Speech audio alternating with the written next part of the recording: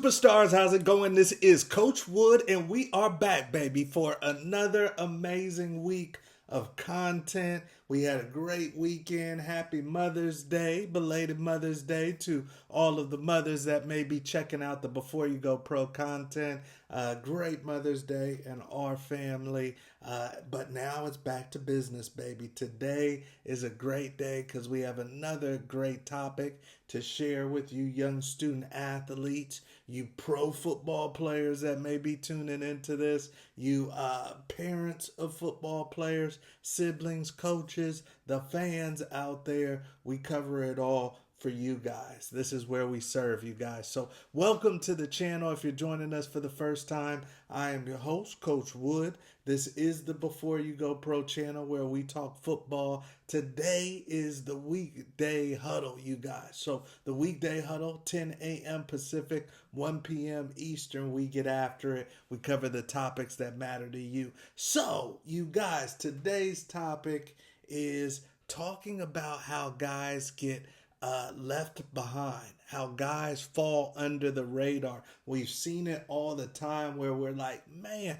how did this dog end up at this small college, this NAIA school, this D3 school? How did this kid get to a junior college football program? He's a D1 athlete. Off of sight, you can tell this kid is a D1 athlete. So today, you guys, we're going to talk about how these athletes get placed on the back burner and how they kind of fall through the cracks. And there's one thing that I'm going to tell you that's a major contributor to it. That's going to be a little bit of the contrary thinking, of why this happens more often than you think, you guys, especially now with the transfer portal. But the transfer portal isn't an excuse. It isn't an excuse to miss a bona fide playmaker. So let's get into the topic, you guys. But before we do, hit that subscribe button for Coach Wood and also check out the resources we have for you down in the description box. So why do guys get placed under the radar, fall through the cracks? And I'm going to tell you this. There's many reasons. And the transfer portal is definitely a culprit. But you know one of the culprits, you guys, that I would put at the top, maybe even before the transfer portal? That's lazy coaches. Lazy coaches and lazy recruiters, you guys, are a key to why so many amazing high school, junior college football players that are actually Division I football players get placed on the back burner, why they fall through the cracks, why you're saying, why isn't that kid getting his opportunity? A major reason why is lazy recruiters, you guys. And they're out there. I would say more than inept recruiters that don't know what they're doing. It's more lazy recruiters. Now, hear me out on why, you guys. These guys are busy. They're overworked 9 times out of 10, especially the smaller schools that may be Division I but don't have the Ohio State resources, don't have the Texas Tech resources, the Oklahoma resources. There's more weight placed on those coaches from the Group of 5 schools, the coaches from the FCS schools. And what you have a lot of times, you guys, is these overworked coaches that are just lazy when it comes to the recruiting game. Now, there are instances where we got to go get an older player. We lost our quarterback a la Miami. We're not bringing in a freshman or a JC to take over this big job. We're going to bring in Darian Mensah, who just won the ACC. That's who we're going to bring in to do this big job. But as far as a lot of the other opportunities, you guys, a lot of times it's laziness.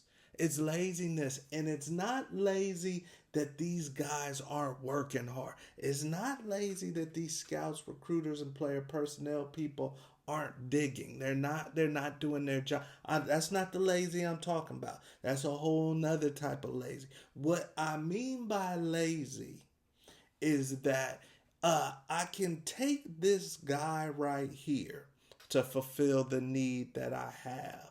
But if I was willing to dig a little deeper, if I was willing to drive a little further, if I was willing to listen to one more call or watch one more film, then I might get to the kid that's actually got the higher upside. I might get to the kid that's going to be the better fit for me. It may be not the kid in the portal, but it may be the kid at the high school, the JC, where a lot of talent doesn't traditionally come out of. Back in my day, they had to dig. There wasn't all of these recruiting sites. There wasn't huddle film. They had to dig, to find different athletes that may fit the bill. A lot of times, the word of the mouth was more important. The word of the mouth was more important in my day. They're talking to this coach, and he's saying, "Yeah, I know you love our player, but we played against this kid from this other school that was a bad man." And you need to talk him out. And that coach would take the word, he hop in the car, and he'd go find that other kid. Nowadays, they may look online, they may call up Brandon Huffman or Biggins at one of the recruiting sites. But if the kid isn't really on their radar, I could easily go to a tried and true. I could easily go to a tried and true coach.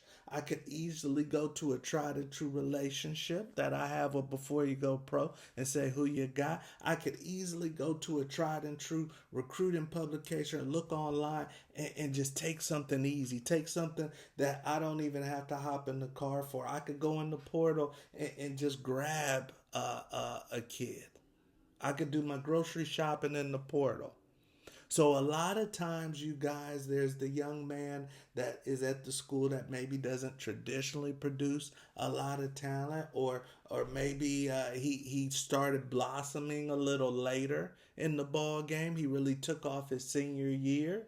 When I was coming out of high school and right after I came out of high school, you still could kind of take off after your senior year and still get your just due. You were still going D1. Not today, not as much today.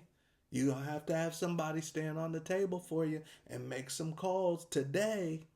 That's why Before You Go Pro is so important, because we're after the diamond in the rough. We don't get the 5 and 4 star. A lot of times we don't even get the high 3-star. We get the 2-star, 1-star, no star. And then we say, hey, this kid is a diamond. This is a diamond they missed. This is a diamond they missed. And then we have a chance to send that young man off, and they find out, wow, we found something late that's valuable, you guys. So this is why it's key for you young athletes to not wrap up all of your confidence, all of your ego based off of if the phone is ringing at this current time. What you need to do is get a sound evaluation that you can stand on, and then you just trust that, and you know that the phone will ring eventually. But you just know, hey, I'm this level of player. I got a great evaluation from a great source that tells me I'm this level of player. I'm a trusted. But you guys, players get placed on the back burner all the time, where they're just kind of leading you on and trying to keep you at bay to see if they get what they really want, and they just trying they're not offering you, but they'll DM you every once in a while and kind of keep you at bay. That's back burner, you guys. And then some kids are just flat out missed. We had an athlete that was all ACC this year. Should have went straight D1 out of high school, at least group of 5, and he was flat out missed. Now he played Power 4 and was all ACC, but he had to go to junior college and then group of 5 before Power 4. He should have been straight out of high school to at least group of 5. Straight out of high school, placed on the back burner. Why? Because he came at a small school called Manteca. Does produce a little talent, but very small school that they didn't want to have to dig for. They didn't want to. They didn't trust. They didn't trust, and they said, you know what? I'm gonna be a little lazy and go with the kid that is from the so-called powerhouse high school. So it happens all the time, you guys. These guys are overworked and in some cases underpaid. These college recruiters, player personnel people, college scouts, the coaches. Now they're on the road. When I'm on the road, I got my list of tried and true schools, my Boscos, my St. Thomas Aquinas, my IMGs. I got my list of tried and trues. So what's going to make me go outside of my tried and trues to go drive an extra 2 hours down the road just to come see one? I can go to Mater Dei and see four. I could go to some of these schools in Broward County in Florida, and I could go to Grayson in Georgia and see 10. So what's going to make me go to Manteca? What's going to make me go to this little town in Texas to come see you? You may fall through the cracks. And they don't have to dig as hard as they used to in the past. Lazy. And there are some bona fide ballers, you guys, that are getting passed by, that are getting missed. And what I see is the true hunters, the real tried and true recruiters, it's different, but they still dig. They trust their sources, they call more, they DM more, they watch more film, and they are willing to drive a little bit further. They are willing, instead of to stop and hop on the plane to get back to wherever they came from, they are willing to say, Coach, I want to make one more stop. I want to make one more stop. It's happening less, though, you guys. It's happening less, which means that you young athletes, you recruiters that do, or college football prospects that do want to be recruited, you have to make more sure that more of your ducks are in order, and you have to kind of check the boxes a little bit and be more savvy about checking some of the key recruiting boxes earlier in your process. That means I'm making sure I'm dialing in on the camps I'm going to. I'm making sure I'm going to the right high school or junior college in the first place. Because I don't, if in my capabilities and in my control, in my power, I don't want them to have to go way out their way to come see me. I want them to come to the schools that they always come to and come see me because I'm going to be there. So, obviously some things are out of our control. You live in this small town, you're in this area, your parents unfortunately split up. Now you're moving from the school that does produce a lot of talent. Now you're going to the other school that doesn't, that struggles. You're going to have to find ways to be strategic. Maybe you need to be a part of before you go pro because we're tried and true. We're looked at for some recruiters like the schools that I was just talking about, those IMGs, the same time, because they know that we pre-vet the kids. They know the film's right, the grade's right, the family life is right, and they know that kid is going to go off and work and do something. But there are definitely superstars that are not being found. There are definitely superstars that are not being found. And I think one of the key things, of course, the transfer portal's one. The transfer portal's a big one. But I think another thing that is a byproduct of the portal and some of these other access, some of the other resources that these coaches, recruiters, and player personnel people have is it makes them lazy. It makes them not have to dig as hard. It makes them not have to pick up that phone. I mean, in my day, everybody had their phone number listed, the email, and they're getting at you. They're getting right back to you. Somebody's always picking up the phone when you call that athletic department or that football department. Nowadays, good luck. Good luck, you guys. So, you may have to get strategic. You may have to get savvy. That doesn't mean yours isn't coming, but realize that we're in a day and age, you guys, where the recruiters are lazy. They're lazy. So hopefully you guys are strategic. Hopefully you're keeping these things in mind.